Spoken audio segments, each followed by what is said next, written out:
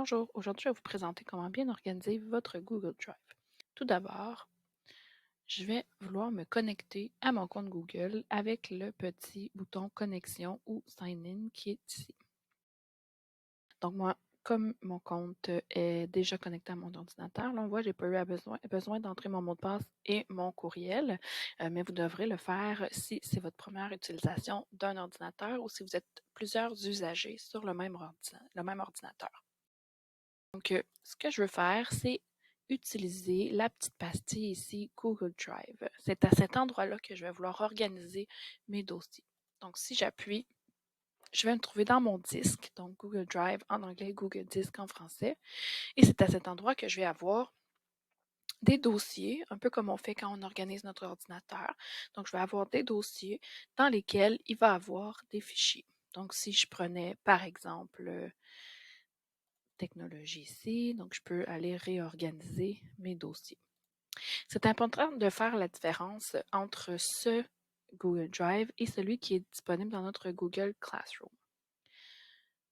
Donc ici, par exemple, j'ai placé mes dossiers. Moi, ce que j'aime beaucoup faire pour mon organisation personnelle, c'est d'ajouter des chiffres. Donc, vous voyez, j'ai 0, 0, 0, 0, 1, 0, 2, 0, 3. Ça me permet que mes dossiers soient toujours placés en ordre selon leur utilisation, si on veut. Aussi, si je fais clic droit sur mon dossier, je pourrais venir modifier la couleur de mon dossier, si ça peut me permettre de retrouver plus facilement un dossier. Et je peux aussi les marquer d'une étoile. Donc, je pourrais les trouver aussi plus facilement si je les identifiais à l'aide d'une étoile. Donc, il est important de bien différencier ce disque-ci à celui qui est disponible dans votre Google Classroom.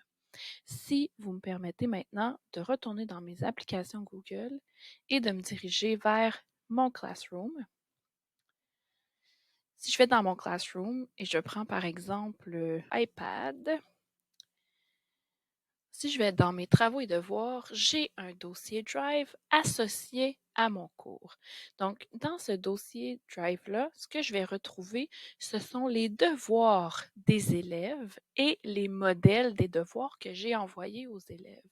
Donc ici, j'avais 3 devoirs que j'ai remis aux élèves. Les 3 devoirs s'appelaient intention pédagogique dans ce cas-ci. Dans ce Google Drive-ci, c'est seulement les travaux des élèves qui devront être déposés à cet endroit-là. On vous suggère fortement de ne rien mettre d'autre à cet endroit-là. Donc, si je réappuie encore pour vous montrer, ça va vous mener directement dans votre Drive. Vous voyez ici mon disque, donc c'est à l'endroit où j'étais tout à l'heure, qui était mon disque. Technologie Classroom, c'est moi qui l'ai créé à cet endroit-là. Dans le fond, à chaque fois que vous avez un nouveau classroom, que vous commencez une nouvelle classe, il va y avoir un dossier Drive qui va se créer dans votre Drive et qui va permettre de facilement retrouver les travaux des élèves à cet endroit-là. Mais c'est important de ne pas placer vos choses dans ça, de seulement laisser les travaux des élèves à cet endroit-là. De cette façon, si par exemple j'avais mis un suppléant, on va vous suggérer, quand vous avez un suppléant à ajouter, d'ajouter le suppléant dans les participants, de l'ajouter ici, de mettre, voilà, suppléant. Il y a des comptes suppléants qui ont été créés pour les écoles secondaires. Donc, mettre le compte suppléant comme enseignant, de l'inviter comme enseignant, de cette façon-ci. Invité. Donc maintenant, il est invité. Il devra accepter pour avoir accès, mais aussi, je vais pouvoir le retirer à la fin de la journée. Mais il aura au moins accès aux élèves durant la journée et à mon lien Meet pour les élèves.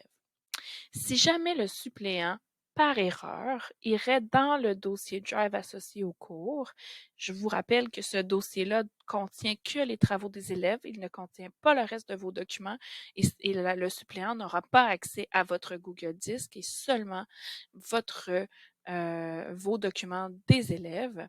Si malencontreusement, cette personne venait qu'à supprimer un dossier d'élève, eh bien, sachez qu'il se trouvera dans la corbeille, et juste ici, il se trouvera dans la corbeille pour 30 jours. Il serait très peu probable que le suppléant puisse effacer des documents qui seraient dans le disque de votre Classroom et votre Google Disque personnel, il n'y aura pas accès.